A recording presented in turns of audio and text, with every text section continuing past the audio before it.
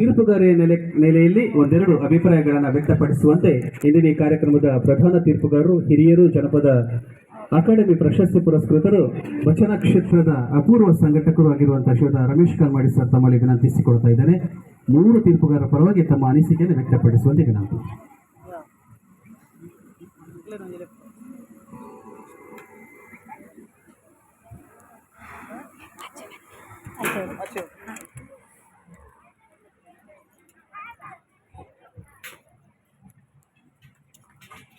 ಪ್ರಥಮತವಾಗಿ ಬ್ರಹ್ಮಶ್ರೀ ನಾರಾಯಣಗುರು ಸ್ವಾಮಿಯವರ ಪಾದಚರಣಗಳಿಗೆ ವಂದಿಸಿಕೊಂಡು ಆಶೀರ್ವಾದವನ್ನ ಪಡೆದುಕೊಂಡು ಈ ಬ್ರಹ್ಮಶ್ರೀ ನಾರಾಯಣ ಗುರು ಪ್ರತಿಷ್ಠಾ ಮಹೋತ್ಸವದ ಸುವರ್ಣ ಸಂಭ್ರಮದ ಈ ಹೊತ್ತಿನಲ್ಲಿ ರಾಜ್ಯ ಮಟ್ಟದ ಕುಣಿತ ಭಜನಾ ಸ್ಪರ್ಧೆಯನ್ನು ಆಯೋಜನೆ ಮಾಡಿ ಇದೀಗ ನಾವು ಸಮಾರೋಪ ಸಮಾರಂಭದ ಒಂದು ವೇದಿಕೆಯಲ್ಲಿ ನಾವು ಇದ್ದೇವೆ. ಈ ಸಮಾರೋಪ ಸಮಾರಂಭದ ವೇದಿಕೆ ಮತ್ತು ಈ ಸುವರ್ಣ ಮಹೋತ್ಸವದ ಉದ್ಘಾಟನಾ ಸಮಾರಂಭ ಈ ವೇದಿಕೆಯಲ್ಲಿ ಉಪಸ್ಥಿತರಿರುವಂತಹ ಎಲ್ಲ ಹಿರಿಯರೇ, ಅದೇ ರೀತಿಯಲ್ಲಿ ವೇದಿಕೆಯ ಮುಂಭಾಗದಲ್ಲಿರುವಂತಹ ಬೇರೆ ಬೇರೆ ಕಡೆಗಳಿಂದ ಭಜನಾ ತಂಡವನ್ನು ತರಬೇತಿಗೊಳಿಸಿ ಇವತ್ತಿನ ಒಂದು ಕಾರ್ಯಕ್ರಮವನ್ನು ಚಂದಗಾಣಿಸಿದ ಎಲ್ಲ ಭಜನಾ ತಂಡದವರಿಗೆ, ಅದೇ ರೀತಿಯಲ್ಲಿ ಈ ಭಾಗದ ಅಗ್ಗಿದ ಕಳಿಯ ಜನತೆಗಳಿಗೆ ವಂದಿಸಿಕೊಂಡು ಈ ತೀರ್ಪುಗಾರಿಕೆಯ ನೆಲೆಯಲ್ಲಿ 2 ಮಾತನ್ನು ತಮ್ಮ ಮುಂದೆ ಇಡಲಿಕ್ಕೆ ಇಚ್ಛೆ ಪಡ್ತಾ ಇದ್ದೇನೆ.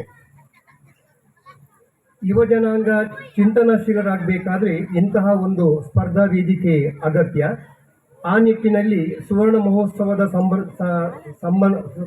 ಮಹೋತ್ಸವದ ಈ ಸಂಭ್ರಮದಂದು ರಾಜ್ಯ ಮಟ್ಟದ ಕುಣಿತ ಭಜನಾ ಸ್ಪರ್ಧೆಯನ್ನು ಆಯೋಜನೆ ಮಾಡಿ ಬೇರೆ ಬೇರೆ ಭಾಗದ ಭಜನಾ ತಂಡಗಳಿಗೆ ತಮ್ಮ ಒಂದು ಪ್ರತಿಭೆಯನ್ನು ಪ್ರಸ್ತುತಪಡಿಸಲಿಕ್ಕೆ ಅವಕಾಶ ಮಾಡಿಕೊಟ್ಟಂತಹ ಬ್ರಹ್ಮಶ್ರೀ ನಾರಾಯಣ ಗುರು ಸಂಘದ ಸರ್ವ ಸದಸ್ಯರಿಗೆ ನಾವು 3 ಮಂದಿ ತೀರ್ಪುಗಾರರ ವತಿಯಿಂದ ಅಭಿನಂದನೆಯನ್ನು ಸಲ್ಲಿಸ್ತಾ ಇದ್ದೇವೆ. ಇನ್ನು ಈ ಒಂದು ವೇದಿಕೆಯಲ್ಲಿ ನಮ್ಮ ರಾಜ್ಯ ಮಟ್ಟದಲ್ಲಿ ಯಾವ ಯಾವ ಭಜನಾ ತಂಡಗಳು ಭಾಗವಹಿಸಿವೆಯೋ ಆ ತಂಡಗಳು ಇಲ್ಲಿ ಭಾಗವಹಿಸಿದೆ. ಒಂದು 2-3 ತಂಡ ಮಾತ್ರ ಇವತ್ತೊಂದು ಅನುಪಸ್ಥಿತಿ ಎದ್ದು ಕಾಣ್ತಾ ಇತ್ತು. ಅಂದರೆ ಈ ದಿವಸ ಬೇರೆ ಬೇರೆ ಕಡೆಗಳಲ್ಲಿ ಭಜನಾ ಸ್ಪರ್ಧೆ ಇದೆ. ಆದ್ದರಿಂದ ಇಲ್ಲಿ ಎಲ್ಲ ಬಂದಂತಹ ತಂಡಗಳು ಅನುಭವಿ ತಂಡಗಳು, ಅನೇಕ ವೇದಿಕೆಯಲ್ಲಿದ್ದುಕೊಂಡು ಪಳಗಿದ ತಂಡಗಳು ಇಲ್ಲಿ ಬಂದಿವೆ. ಆದ್ದರಿಂದ ಇಲ್ಲಿ ಭಜನೆಯ ಬಗ್ಗೆ ಹೆಚ್ಚಿನ ವಿಚಾರವನ್ನು ಹೇಳಲಿಕ್ಕೆ ನಾನು ಇಚ್ಛೆ ಪಡುವುದಿಲ್ಲ. ಆದರೂ ಕೂಡ ಇಲ್ಲಿ ಮಕ್ಕಳ ತಂಡ, ಯುವಕರ ತಂಡ, ಯುವತಿಯರ ತಂಡ ಉತ್ತಮವಾದಂತಹ ಒಂದು ಪ್ರದರ್ಶನವನ್ನು ಕೊಟ್ಟಿದೆ. ಉತ್ತಮವಾದ ಒಂದು ಪ್ರಸ್ತುತಿಯನ್ನು ಕೊಡಬೇಕಿದ್ರೆ ಅದರ ಹಿಂದೆ ಎಷ್ಟು ಪರಿಶ್ರಮ ಇದೆ, ಎಷ್ಟು ತರಬೇತಿ ಮಾಡಿದೆ ಎನ್ನುವಂಥದ್ದು ಅವರ ಪ್ರಸ್ತುತಿಯಲ್ಲಿ ನಮಗೆ ಎದ್ದು ಕಾಣ್ತಾ ಇತ್ತು. ಅದಕ್ಕೋಸ್ಕರ ಆ ತಂಡವನ್ನು ಸಜ್ಜುಗೊಳಿಸಿದ ತರಬೇತುದಾರರಿಗೆ ಅಭಿನಂದನೆಯನ್ನು ಸಲ್ಲಿಸ್ತಾ ಇದ್ದೇವೆ. ಇನ್ನು ನಾವು ಪ್ರತಿ ವೇದಿಕೆಯಲ್ಲಿ ನಾನು ಮತ್ತು ನರೇಶ್ ಸರ್ ಹೇಳ್ತಾ ಇದ್ದೇವೆ, ಅದನ್ನು ನೀವು ಪರಿಪಾಲನೆ ಮಾಡುವುದು ಬಿಡುವುದು ಅದು ನಿಮಗೆ ಬಿಟ್ಟದ್ದು. ಆದರೂ ಕೂಡ 1-2 ಅಂಶವನ್ನು ತಮ್ಮ ಮುಂದೆ ಇಡಲಿಕ್ಕೆ ಇಚ್ಛೆ ಪಡ್ತಾ ಇದ್ದೇನೆ. ಪ್ರತಿ ಸಲವೂ ಕೂಡ ನಾವು ಹೇಳ್ತಾ ಇದ್ದೇವೆ, ಕುಣಿತಕ್ಕೋಸ್ಕರ ಸಾಹಿತ್ಯವನ್ನು ಬಳಕೆ ಮಾಡುವುದು ಬೇಡ. ಸಾಹಿತ್ಯಕ್ಕೋಸ್ಕರ ಕುಣಿತವನ್ನು ಬಳಕೆ ಮಾಡಿ. ಕೆಲವು ಕಡೆಯಲ್ಲಿ ಅಂತಹ 1-2 ತಂಡದಲ್ಲಿ ನಾವು ಅದನ್ನು ಕಂಡಿದ್ದೇವೆ. ಆದ್ದರಿಂದ ದಯವಿಟ್ಟು ಸಾಹಿತ್ಯವನ್ನು ಅದನ್ನು ಮುಖ್ಯವಾಹಿನಿಯಾಗಿಟ್ಟುಕೊಂಡು ಅದಕ್ಕೆ ನೀವು ಕುಣಿತವನ್ನು ಸಂಯೋಜನೆ ಮಾಡಿ. ಆಮೇಲೆ ಇನ್ನೊಂದು, ರಾಗಕ್ಕೋಸ್ಕರ ಸಾಹಿತ್ಯವನ್ನು ವಿಂಗಡಣೆ ಮಾಡುವುದು ಬೇಡ. ರಾಗಕ್ಕೋಸ್ಕರ ಸಾಹಿತ್ಯವನ್ನು ವಿಂಗಡಣೆ ಮಾಡಿದರೆ ಅಲ್ಲಿ ದಾಸರ ಅರ್ಥ ಏನಿದೆಯೋ, ದಾಸರ ಭಾವನೆ ಏನಿದೆಯೋ ಅದು ಅನರ್ಥ ಆಗ್ತದೆ. ಆದ್ದರಿಂದ ನಿಮ್ಮ ಹಾಡಲ್ಲಿರುವಂತಹ ಒಂದು ಸಾಹಿತ್ಯವನ್ನು ವಿಂಗಡಣೆ ಮಾಡಿದ್ದೀರೋ ಇಲ್ವೋ ಎನ್ನುವಂಥದ್ದನ್ನು ತಾವು ವಿಮರ್ಶೆ ಮಾಡುವುದರಾಗಿ ನಾನು ಭಾವಿಸ್ಕೊಳ್ತಾ ಇದ್ದೇನೆ. ಇನ್ನೊಂದು ಮುಖ್ಯ ವಿಚಾರ, ಪ್ರತಿಯೊಂದು ಕಡೆಯಲ್ಲಿ ಕೂಡ ಸಂಘಟಕರ ನಿಯಮದಂತೆ ಹಿಮ್ಮೇಳ ಇದ್ದರೆ ಕೆಲವರು ಬರ್ತಾರೆ, ಹಿಮ್ಮೇಳ ಇಲ್ಲ ಅಂತಾದರೆ ಕೆಲವರು ಬರುವುದಿಲ್ಲ. ಅಂದರೆ ಹಿಮ್ಮೇಳ ಅಂದರೆ ಹಾರ್ಮೋನಿಯಂ ತಬಲ ಇದ್ದರೆ ಕೆಲವು ತಂಡಗಳು ಭಜನಾ ಸ್ಪರ್ಧೆಗೆ ಬರ್ತವೆ. ಹಾರ್ಮೋನಿಯಂ ತಬಲ ಇಲ್ಲ ಅಂತಾದರೆ ಕೆಲವು ತಂಡಗಳಲ್ಲಿ, ಗ್ರಾಮೀಣ ಭಾಗದ ತಂಡಗಳಲ್ಲಿ ಹಾರ್ಮೋನಿಯಂ ತಬಲದ ಬಳಕೆ ಇರುವುದಿಲ್ಲ. ಅವರು ಪಾಪ ಕಂಜರವನ್ನೇ ಬಳಕೆ ಮಾಡಿಕೊಂಡು ಆ ಭಜನೆಯನ್ನು ಪ್ರಸ್ತುತಿ ಮಾಡ್ತಾರೆ. ಆದರೆ ಇಲ್ಲಿಗೆ ಕಂಜುರದ ಬಳಕೆಯನ್ನು ಮಾಡಿಕೊಂಡು ಹಿಮ್ಮೇಳದ ಒಟ್ಟಿಗೆ ನಾವೇನು ಕಡಿಮೆ ಇಲ್ಲ ಎನ್ನುವಂಥದ್ದನ್ನು ತೋರಿಸಿಕೊಡುವುದರ ಮೂಲಕ ನಮ್ಮ ನಾಡಿನಾದ್ಯಂತದ ಕೆಲವು ತಂಡಗಳು ಕಂಜುರದೊಂದಿಗೆ ಇಲ್ಲಿ ಭಾಗವಹಿಸಿವೆ. ಆ ತಂಡವನ್ನು ನಾನು ಅಭಿನಂದಿಸ್ತೇನೆ. ಯಾಕೆ ಅಂತ ಹೇಳಿದ್ರೆ, ನಿಯಮ ಆದ ತಕ್ಷಣ ಮೊದಲು ಹೇಳುವುದು ಹಾರ್ಮೋನಿಯಂ ತಬ್ಲ ಉಂಟಾ ಅಂತ. ಆಗ ಹಾರ್ಮೋನಿಯಂ ತಬ್ಲದೊಂದಿಗೆ ಪ್ರಸ್ತುತ ಮಾಡುವಂತಹ ತಂಡ ಬರ್ತದೆ. ಕಂಜುರದಲ್ಲಿ ಬಳಕೆ ಮಾಡುವ ತಂಡಗಳು ಬರುವುದಿಲ್ಲ. ಎಲ್ಲಿ ಕಂಜುರವನ್ನು ಬಳಕೆ ಮಾಡಿ ಭಜನಾ ಸ್ಪರ್ಧೆಯನ್ನು ಮಾಡ್ತಾರೋ ಅಲ್ಲಿ ಹಿಮ್ಮೇಳದಲ್ಲಿರುವಂತಹ ತಂಡ ಬರುವುದಿಲ್ಲ. ಆದರೆ ಇಲ್ಲಿ ಹಿಮ್ಮೇಳದ ತಂಡವೂ ಬಂದಿದೆ, ಆಮೇಲೆ ಹಿಮ್ಮೇಳ ರಹಿತ ಕಂಜುರವನ್ನು ಬಡಿದುಕೊಂಡು ಪ್ರಸ್ತುತಿ ಮಾಡುವಂತಹ ತಂಡವೂ ಇಲ್ಲಿ ಬಂದಿದೆ. ಎರಡೂ ತಂಡವನ್ನು ನಾನು ಅಭಿನಂದಿಸ್ತಾ ಇದ್ದೇನೆ. ಇನ್ನು ಕೆಲವು ತಂಡವನ್ನು ಇಲ್ಲಿ ನಾವು ಗಮನಿಸಿದ್ದೇವೆ. ನಮಗೆ ಆ ತಂಡಗಳು ಇಲ್ಲಿ ಹೊಸತು. ಆ ತಂಡ ಹೊಸತಲ್ಲ, ಅವರು ಪ್ರಸ್ತುತ ಮಾಡಿದಂತಹ ರೀತಿ ಅತ್ಯದ್ಭುತ. ಒಂದು 2-3 ತಂಡ ಇಲ್ಲಿ ನಾನು ಆ ತಂಡವನ್ನು ಇಷ್ಟ ತನಕ ನಾನು ನೋಡಲಿಲ್ಲ. ಅವರ ಪ್ರಸ್ತುತಿ ಅಂತೂ ಬಹಳ ಚೆನ್ನಾಗಿತ್ತು. ಅದು ಯಾವ ತಂಡ ಅಂತ ನಮ್ಗೆ ಈಗ ಹೇಳಲಿಕ್ಕೆ ಆಗೋದಿಲ್ಲ. ಸಮಾಧಾನಕರವಾದಂತಹ ಬಹುಮಾನದಲ್ಲಿ ಆ ತಂಡ ಯಾವುದಂತ ನಿಮಗೇನೆ ಗೊತ್ತಾಗ್ತದೆ. ಮತ್ತು ಇನ್ನೊಂದು ಸಂಘಟಕರನ್ನು ನಾವು ಮೆಚ್ಚಿಕೊಡ್ಬೇಕು. ಯಾಕೆ ಅಂತ ಹೇಳಿದ್ರೆ, ಭಾಗವಹಿಸಿದ 11 ತಂಡಕ್ಕೂ ಕೂಡ ಗೌರವಧನವನ್ನು ಕೊಟ್ಟಿದ್ದಾರೆ. ಬೇರೆ ಕಡೆಯಲ್ಲಿ ಏನು ಮಾಡ್ತಾರೆ ಅಂತ ಹೇಳಿದ್ರೆ, ಗೌರವಧನವನ್ನು ಮೊದಲು ಕೊಡುವುದಿಲ್ಲ. ಬಹುಮಾನ ವಿತರಣೆ ಆದಮೇಲೆ ಆ ತಂಡ ಬಹುಮಾನ ಪಡೆದಿದ್ರೆ ಆ ಗೌರವಧನವನ್ನು ಕಡಿತ ಮಾಡಿ ಉಳಿದ ಹಣವನ್ನು ಕೊಡ್ತಾ ಇದ್ರು. ಇಲ್ಲಿ ಅಂತಹ ಒಂದು ಕೆಲಸ ಮಾಡಲಿಲ್ಲ. ಇಲ್ಲಿ ಅವರ ನಿಯಮದಲ್ಲಿ ಪ್ರಥಮ, ದ್ವಿತೀಯ, ತೃತೀಯ, ಉತ್ತಮ ಭಜಕ, ಉತ್ತಮ ಭಜಕಿ, ಉತ್ತಮ ಹಾರ್ಮೋನಿಯಂ ವಾದಕ, ಉತ್ತಮ ತಬಲ ವಾದಕನಿಗೆ ಮಾತ್ರ ಬಹುಮಾನ ಇತ್ತು. ಆದರೆ ಇಲ್ಲಿ ಬಂದಾಗ ಅದು ಚೇಂಜ್ ಆಗಿದೆ. ಸಮಾಧಾನಕರ ಬಹುಮಾನವನ್ನು 3 ಇಟ್ಟುಕೊಂಡಿದ್ದಾರೆ. ಒಂದು ಲೆಕ್ಕಕ್ಕೆ ಬಂದಂತಹ ತಂಡಗಳು ಪುಣ್ಯ ಮಾಡಿದ್ದಾರೆ. ಯಾಕೆ ಅಂತ ಹೇಳಿದ್ರೆ, ಇಲ್ಲಿ 3 ಪ್ರಥಮ, ದ್ವಿತೀಯ, ತೃತೀಯ 3 ಸಮಾಧಾನಕರ ಬಹುಮಾನ, ಅಲ್ಲಿಗೆ 6 ಆಯಿತು. ಉತ್ತಮ ಭಜಕ, ಉತ್ತಮ ಭಜಕಿ, ಹಾರ್ಮೋನಿಯಂ ವಾದಕ, ತಬಲ ವಾದಕ. ಎಲ್ಲಿಯೂ ಕೂಡ ನನ್ನ ಅನುಭವದಲ್ಲಿ ಉತ್ತಮ ಭಜಕಿಗೆ ಬಹುಮಾನವನ್ನು ಇಟ್ಟದ್ದಿಲ್ಲ, ಎಲ್ಲಿಯೂ ಇಲ್ಲ. ಆದರೆ ಇಲ್ಲಿ ಅದನ್ನು ಇಲ್ಲಿ ಕೂಡ ಪ್ರಸ್ತುತಿ ಮಾಡಿದ್ದಾರೆ. ಮತ್ತೊಮ್ಮೆ ನಾನು ಸಂಘಟಕರಿಗೆ ಅಭಿನಂದನೆಯನ್ನು ಸಲ್ಲಿಸ್ತಾ ಇದ್ದೇನೆ. ಇನ್ನು ಕೆಲವು ತಂಡದಲ್ಲಿ ನಿಮ್ಮ ಕುಣಿತವನ್ನು ನೀವೇ ಊಹಿಸಿಕೊಳ್ಳಿ. ಕುಣಿತದ ಗತಿ ಅದು ಸ್ವಲ್ಪ ನಿಧಾನ ಆಗಿದೆ, ಅದನ್ನು ಸ್ವಲ್ಪ ಸ್ಪೀಡ್ ಮಾಡಿ. ನಡೆಯುವುದು ಬೇರೆ, ಓಡುವುದು ಬೇರೆ, ಹಾರುವುದು ಬೇರೆ. ಹಾಗೆ ಕುಣಿತ ಅಂತ ಹೇಳಿದ್ರೆ ಸ್ವಲ್ಪ ಗತಿ ಇರಲಿ.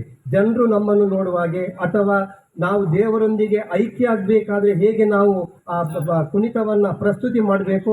ಆದ್ದರಿಂದ ನಿಮ್ಮ ಕುಣಿತವನ್ನು ನಾವು ಯಾವುದಂತ ಹೇಳೋದಿಲ್ಲ. ಯಾವುದಂತ ಹೇಳಿದರೆ ನಮ್ಗೆ ಇಲ್ಲಿಂದ ಹೋಗುವಾಗಲೇ ಫೋನ್ ಬರ್ತದೆ. ಅದಕ್ಕೋಸ್ಕರ ಯಾವ ತಂಡ ಅಂತ ಹೇಳೋದಿಲ್ಲ. ನಮ್ಮಲ್ಲಿ ಇದೆ, ಆದರೂ ಹೇಳೋದಿಲ್ಲ. ನಿಮ್ಮ ತಂಡದ ಕುಣಿತವನ್ನು, ಹಾಡನ್ನು ನೀವೇ ವಿಮರ್ಶೆ ಮಾಡಿಕೊಳ್ತೀರಂತ ನಾವು ಭಾವಿಸ್ಕೊಳ್ತಾ ಇದ್ದೇನೆ. ಇನ್ನು ಇಂತಹ ವೇದಿಕೆ ಸಿಕ್ಕಿದಾಗ ನಾವು ಆ ವೇದಿಕೆಯನ್ನು ಬಳಸಿಕೊಳ್ಬೇಕು. ಯಾಕಂತ ಹೇಳಿದ್ರೆ, ಒಮ್ಮೆ ಒಂದು ವೇದಿಕೆಯಲ್ಲಿ ನಮಗೆ ಅವಕಾಶ ಸಿಕ್ಕಿದ್ರೆ ಆ ಅವಕಾಶವನ್ನು ನಾವು ವಂಚನೆ ಮಾಡಿದರೆ ನಮಗೆ ಬೇರೆ ಅವಕಾಶಗಳು ಸಿಗ್ಬೋದು. ಆ ಅವಕಾಶ ನಮಗೆ ಸಿಗುವುದಿಲ್ಲ. ಆದ್ದರಿಂದ ಇವತ್ತಿನ ದಿವಸ ಬೇರೆ ಕಡೆಯಲ್ಲಿ ಸ್ಪರ್ಧೆ ಇದ್ದರೂ ಕೂಡ 11 ತಂಡ ಇಲ್ಲಿಗೆ ಬಂದು ಈ ಸ್ಪರ್ಧೆಯಲ್ಲಿ ಉತ್ತಮವಾದಂತಹ ಪ್ರಸ್ತುತಿಯನ್ನು ಇಲ್ಲಿ ಕೊಟ್ಟದನ್ನು ನಾನು ಕಾಣ್ತಾ ಇದ್ದೇನೆ. ಅದಕ್ಕೆ ಮತ್ತೊಮ್ಮೆ ತಂಡವನ್ನು ಅಭಿನಂದಿಸ್ತಾ ಇದ್ದೇವೆ. ಇನ್ನು ಇಲ್ಲಿ ಮಾದರಿ ಕೆಲಸ ಆಗಿದೆ. ಏನಂತ ಹೇಳಿದ್ರೆ, ಬೇರೆ ಕಡೆಗಳಲ್ಲಿ ತಂಡ ಬಂದ ತಕ್ಷಣ ತಂಡವನ್ನು ಅದಕ್ಕೆ ಕೊನೆಗೆ ಬಹುಮಾನವನ್ನು ಒಂದು ಗೌರವ ಅರ್ಪಣೆ ಮಾಡಿ ಅವರನ್ನು ಕಳಿಸಿಕೊಡ್ತಾ ಇದ್ರು. ಆದರೆ ಇಲ್ಲಿ ಹಾಗಲ್ಲ. ಆ ತಂಡದ ಮುಖ್ಯಸ್ಥನಿಗೆ ಸನ್ಮಾನ ಮಾಡಿ ಕಳಿಸಿಕೊಟ್ಟಿದ್ದಾರೆ. ಅದು ಈ ಅಗ್ಗಿದ ಕಲಿಯದವರು ಭಜನೆಗೆ ಕೊಡುವ ಪ್ರೋತ್ಸಾಹ ಎಷ್ಟು ಎನ್ನುವುದನ್ನು ನಾವು ತಿಳಿತೇವೆ. ಅದರಲ್ಲಿ ಕೂಡ ಸಸಿಯಿತ್ತು ಅಂತ ಹೇಳಿದ ತಕ್ಷಣ ನನಗೆ ಮೊದಲು ನೆನಪು ಬರುವುದು ಜನಪದ ಕ್ಷೇತ್ರ. ನಾನು ಯುವಜನ ಮೇಳದಲ್ಲಿ ಭಾಗವಹಿಸಿ ಯುವಜನ ಸೇವೆ ಮತ್ತು ಕ್ರೀಡಾ ಇಲಾಖೆಯಲ್ಲಿ ನಡೆಯುವಂತಹ ಕಾರ್ಯಕ್ರಮದಲ್ಲಿ ಭಾಗವಹಿಸಿ ಜನಪದ ಕಲಾವಿದನಂತ ನಾನು ಎನಿಸಿಕೊಂಡಿದ್ದೇನೆ.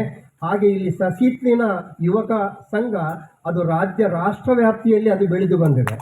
ಅದೇ ರೀತಿಯಲ್ಲಿ ಬರೀ ಜನಪದ ಕ್ಷೇತ್ರದಲ್ಲಿ ಮಾತ್ರವೇ ಅಲ್ಲ, ಭಜನಾ ಕ್ಷೇತ್ರದಲ್ಲಿ ಕೂಡ ಯುವಕರ ವಿಭಾಗ, ಯುವತಿಯರ ವಿಭಾಗ ಮತ್ತು ಮಕ್ಕಳ ವಿಭಾಗ, ಈ 3 ವಿಭಾಗದ ಸ್ಪರ್ಧೆಯಲ್ಲಿ ಕೂಡ ಸಸಿತು ತಂಡ ಇಡೀ ರಾಜ್ಯವನ್ನೇ ಎತ್ತಿ ತೋರಿಸುವ ರೀತಿಯಲ್ಲಿ ಮಾಡಿದೆ. ಆದ್ದರಿಂದ ಮತ್ತೊಮ್ಮೆ ಈ ಊರಿನ ಜನತೆಗೆ ನಾನು ಅಭಿನಂದನೆಯನ್ನು ಸಲ್ಲಿಸುತ್ತಾ, ದಯವಿಟ್ಟು ಮುಂದಿನ ದಿವಸಗಳಲ್ಲಿ ಈ ಸ್ಪರ್ಧೆಯಲ್ಲಿ ಮಕ್ಕಳಿಗೆ ಮಕ್ಕಳು ಪುರುಷರೊಂದಿಗೆ ಸೆಣಸಾಡುವುದು ಸ್ವಲ್ಪ ಕಷ್ಟ.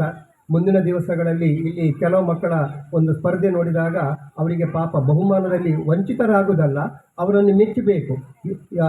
ಯುವಕರ ಒಟ್ಟಿಗೆ ಅವರು ಸೆಣಸಾಡ್ತಾರಲ್ವ, ಅವರ ಒಂದು ಪ್ರತಿಭೆಗೆ ಮೆಚ್ಚಬೇಕು. ಮುಂದಿನ ದಿವಸ ಮಕ್ಕಳಿಗೇನೆ ಅಥವಾ ಯುವತಿಯರಿಗೇನೆ ಒಂದು ಸ್ಪರ್ಧೆಯನ್ನು ಮಾಡಿ ಆ ಮೂಲಕ ಅವರ ಪ್ರತಿಭೆಗೆ ಪ್ರೋತ್ಸಾಹ ಕೊಡುವಂತಹ ಕೆಲಸ ಆಗಲಿ.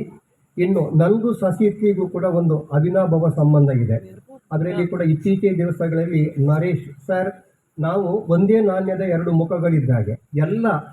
ಯಾವುದೇ ಒಂದು ಚಟುವಟಿಕೆ ಇರಲಿ, ಅದು ಜನಪದೀಯವಾಗಲಿ ಅಥವಾ ಭಜನಾ ಕ್ಷೇತ್ರವಾಗಲಿ ಅಥವಾ ಇನ್ನಿತರ ಯಾವುದೇ ಒಂದು ಕ್ಷೇತ್ರ ಆಗಲಿ, ನನಗೂ ಕೂಡ ಅನೇಕ ರೀತಿಯಲ್ಲಿ, ನಾನು ಪ್ರಾಯದಲ್ಲಿ ಹಿರಿಯನಾದರೂ ಕೂಡ ಅನೇಕ ವಿಚಾರಗಳಲ್ಲಿ ನನಗೂ ಕೂಡ ಮಾಹಿತಿಯನ್ನು ಕೊಟ್ಟವರು ನರೇಶ್ ಸಸಿತ್ರು. ಇವತ್ತಿನ ದಿವಸ ನಮಗೂ ಕೂಡ ಇಲ್ಲಿ ತೀರ್ಪುಗಾರಿಕೆ ಮಾಡಿ ನಮಗೂ ಒಂದು ರೀತಿಯ ಅನುಭವವನ್ನು ತುಂಬಿಸಿದ ಈ ಸಂಘಟಕರಿಗೆ ಮತ್ತು ನನ್ನ ಆತ್ಮೀಯ ಮಿತ್ರ ನರೇಶ್ ಸರ್ ಮತ್ತು ನಮ್ಮ ಪ್ರದೀಪ್ ಅಣ್ಣನಿಗೆ ನಾನು ಅಭಿನಂದನೆಯನ್ನು ಸಲ್ಲಿಸುತ್ತಾ ಮತ್ತೊಮ್ಮೆ ಈ ಸಂಸ್ಥೆ ನಾಡಿನಲ್ಲಿಯೇ ಮಾದರಿಯಾಗಿ ಬೆಳೆದು ಬರಲಿ ಅಂತ ದೇವರಲ್ಲಿ ಪ್ರಾರ್ಥಿಸುತ್ತಾ ನನ್ನ ಎರಡು ಮಾತಿಗೆ ಪೂರ್ಣ ವಿರಾಮ ನೀಡ್ತಾ ಇದ್ದೇನೆ.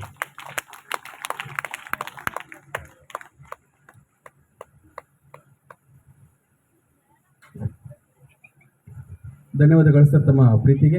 ದಯವಿಟ್ಟು ಮೂವರು ತೀರ್ಪುಗಾರರು ಕೂಡ ವೇದಿಕೆಗೆ ಆಗಮಿಸಿಕೊಂಡು ನಮ್ಮ ಗೌರವವನ್ನು ಸ್ವೀಕರಿಸಿಕೊಳ್ಬೇಕಾಗಿ ನಾನು ವಿನಂತಿಸಿಕೊಳ್ತಾ ಇದ್ದೇನೆ. ನಿಮ್ಮ ಅಮೂಲ್ಯವಾದಂತಹ ಸಮಯವನ್ನು, ನಿಮ್ಮ ಅರ್ಹದ ಜ್ಞಾನವನ್ನ ನಮಗೋಸ್ಕರ ಮೀಸಲಿಟ್ಟಿದ್ದೀರಿ. ದಯವಿಟ್ಟು ಶ್ರೀಯುತ ರಮೇಶ್ ಕಲ್ಮಾಡಿ ಹಿರಿಯರು, ನಮ್ಮ ಸಂಸ್ಥೆಯ ಅಧ್ಯಕ್ಷರಾಗಿರುವಂತಹ ಪ್ರಕಾಶ್ ಕುಮಾರ್ ಬಿಎನ್ ಇವರಲ್ಲಿ ಗೌರವವನ್ನು ಸ್ವೀಕರಿಸಬೇಕಾಗಿ ಕೇಳಿಕೊಡ್ತಾ ಇದ್ದೇನೆ. ಕಂಟಿನ್ಯೂ ಮಾಡ್ಕೊಡೆ.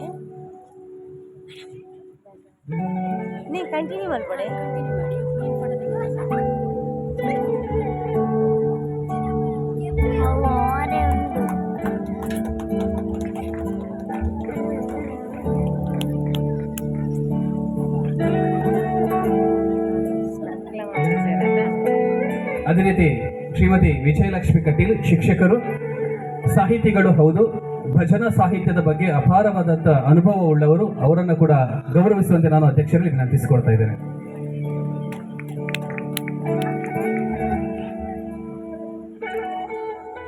ಮತ್ತೋರ್ವರು ತೀರ್ಪುಗಾರರು ಭಜನಾ ಸಾಹಿತ್ಯ ಮತ್ತು ರಾಗ ಲಯ ತಾಳ ಇದರ ಬಗ್ಗೆ ಅಪಾರವಾದಂಥ ಅನುಭವವನ್ನು ಹೊಂದಿರುವಂಥ ಮತ್ತೋರ್ವ ಶಿಕ್ಷಕಿ, ಯಕ್ಷಗಾನ ಕಲಾವಿದೆ ಹೋದ ಶ್ರೀಮತಿ ಶೋಭಾ ಬಿ ಐತಾಳ್ ಅವರನ್ನು ಕೂಡ ಸಂಸ್ಥೆ ಅಧ್ಯಕ್ಷರಾಗಿರುವಂಥ ಪ್ರಕಾಶ್ ಕುಮಾರ್ ಬಿಎನ್ ಗೌರವಿಸಬೇಕಾಗಿ ವಿನಂತಿಸಿಕೊಳ್ತಾ ಇದ್ದೇನೆ.